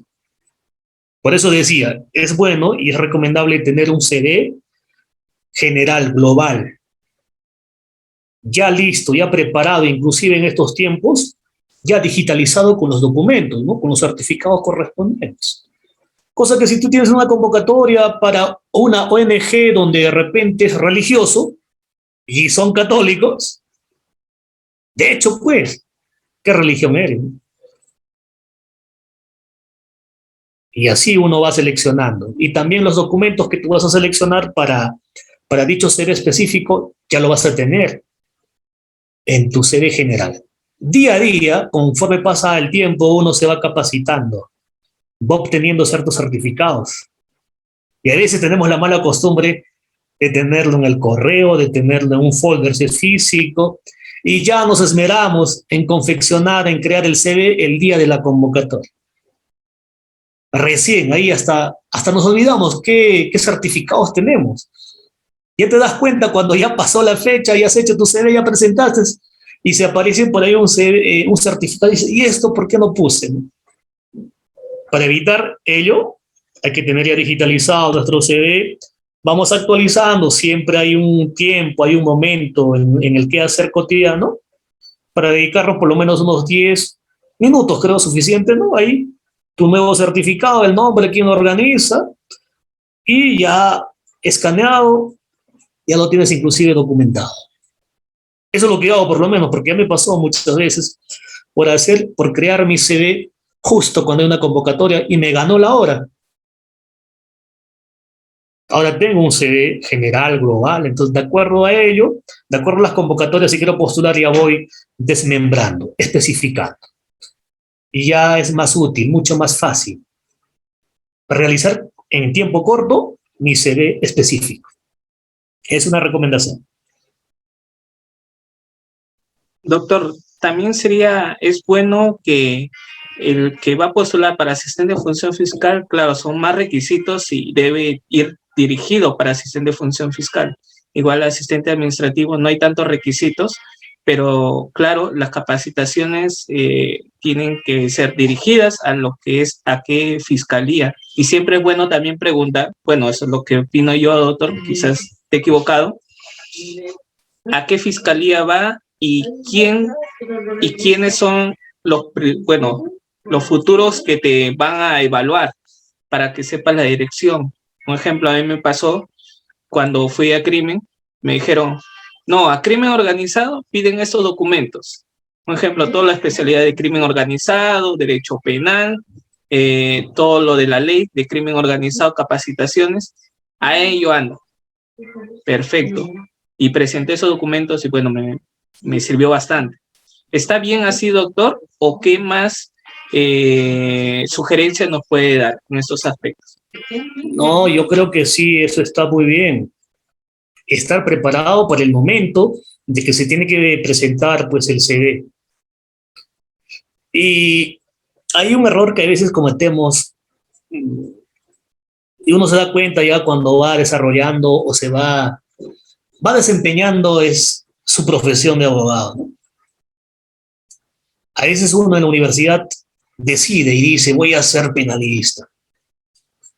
Y empieza a estudiar libros, busca información en derecho penal, procesal penal, se especializa en dicho rubro a través de una maestría y lo deja de lado las otras áreas. El derecho penal tiene mucho de derecho civil, mucho. No olvidemos que el derecho tiene un tronco común que es el derecho civil y procesal civil. Dicen los estudiosos que un buen abogado, pese a que no es especializado en civil y en derecho procesal civil, debe conocer el derecho civil y procesal civil. ¿Por qué? Porque es el tronco común del derecho.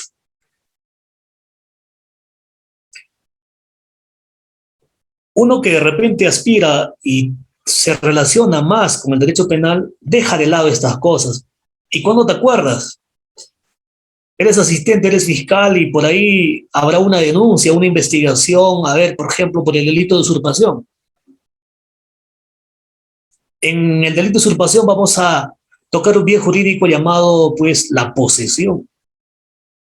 Y este bien jurídico, posesión, y no solamente la posesión, hasta la propiedad, vamos a mencionar, si nos vamos a referir al numeral 4 del delito de usurpación.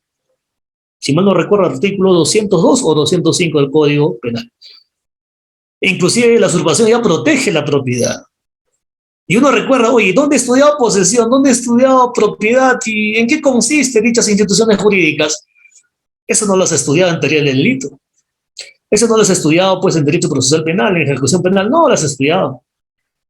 Ni siquiera en introducción al derecho. Lo has estudiado en derecho civil.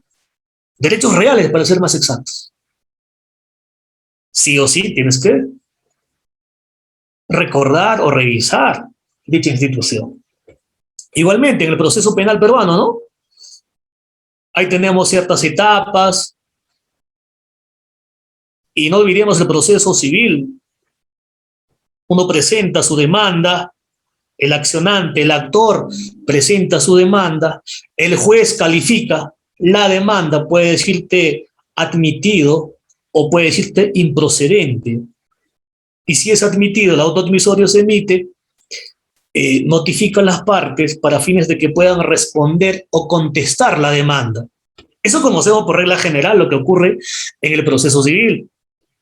¿Y eso podríamos llevarlo al derecho procesal penal? Por supuesto que sí. Hazte cuenta que quien presenta la demanda en el ámbito penal va a ser el fiscal. Está presentando, está formulando su requerimiento de acusación.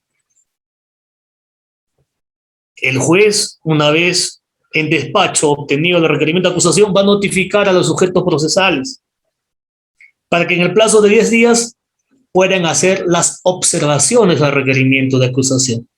Observaciones formales, de fondo, ¿no? O sustanciales. Hasta podrían ofrecer medios de prueba. Entonces notifica a las partes y está notificando a la parte acusada. Esta parte acusada tiene la opción de observar dicho requerimiento.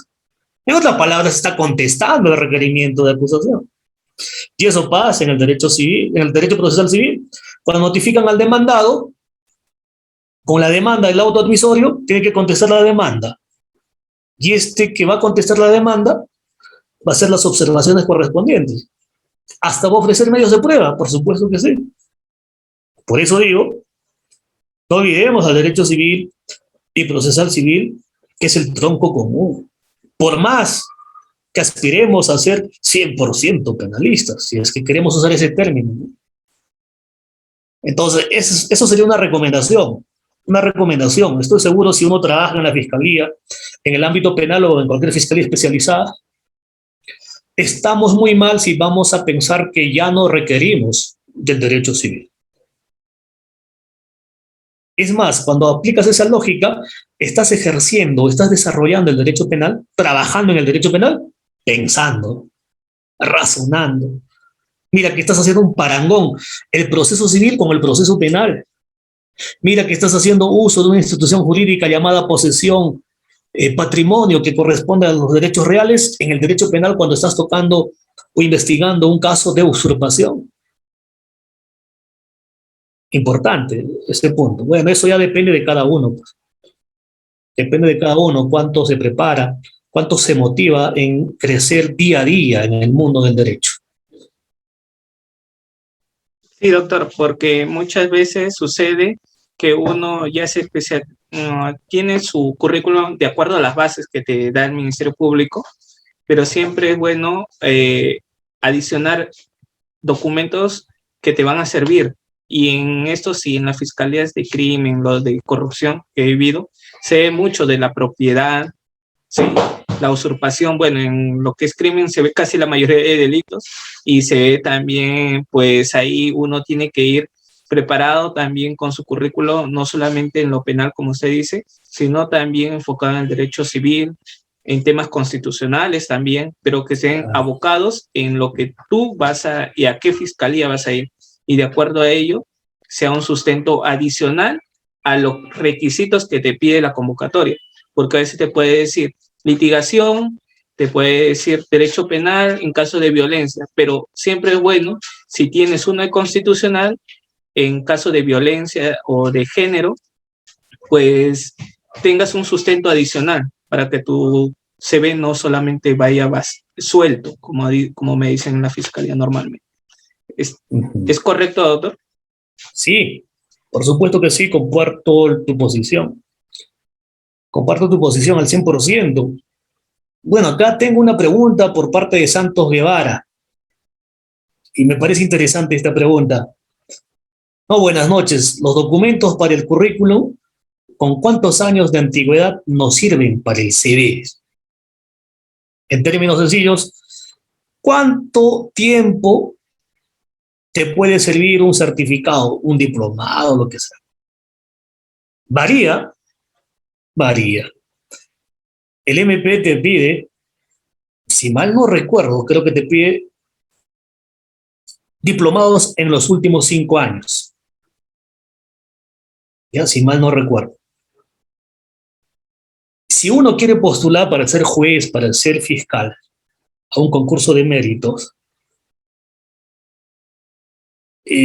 la MAC, bueno, ahora ya pues será la Junta Nacional de Justicia, te pone bases y te dice 7 años.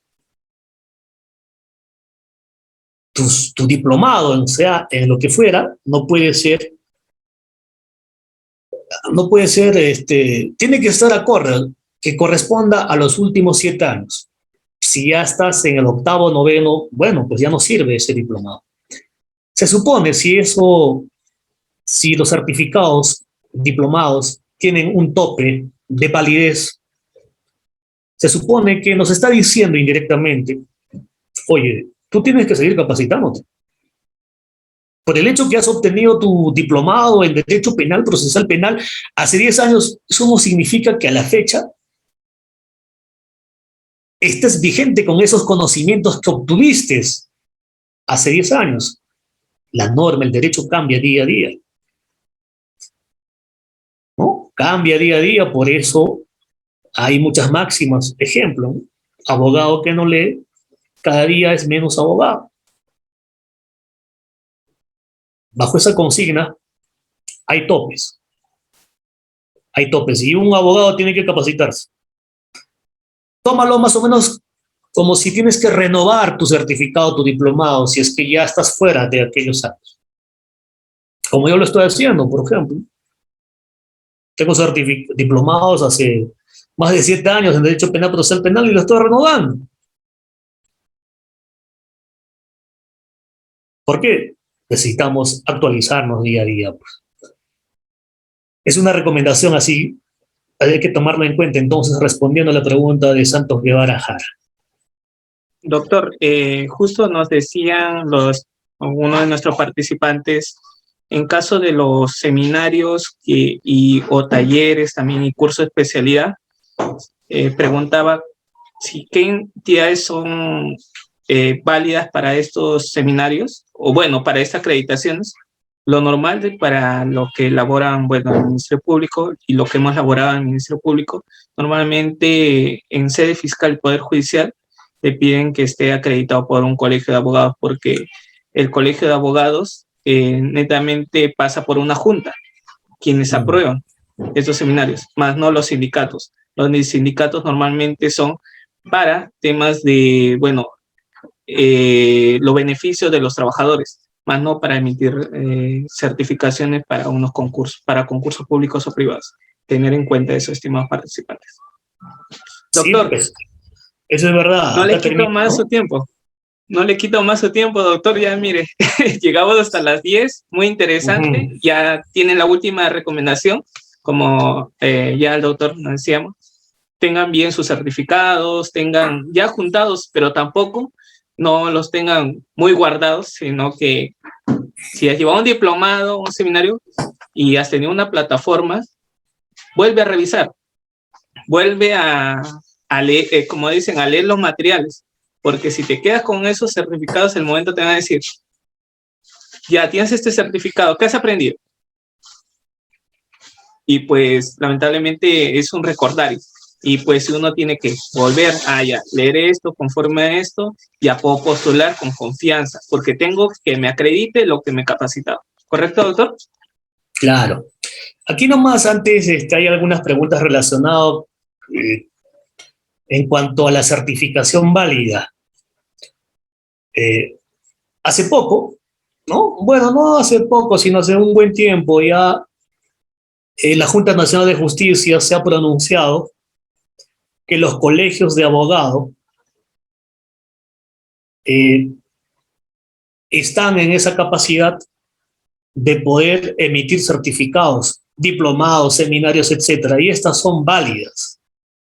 Y son válidas para concursar para puestos de fiscal y de juez.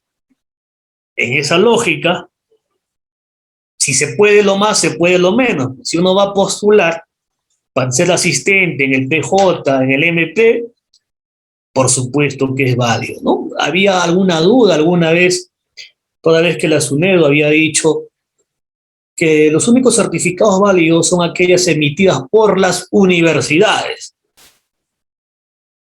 Solamente por las universidades y bajo un cierto criterio de horas. Entonces eso ya fue derogado. También son válidas y sirven para concurso, para la magistratura, ojo, aquellas que son emitidas por los colegios de abogados. Solamente esa aclaración, porque acá veo muchas preguntas, más o menos en ese sentido, y son para fines de aclarar. Eso sería todo.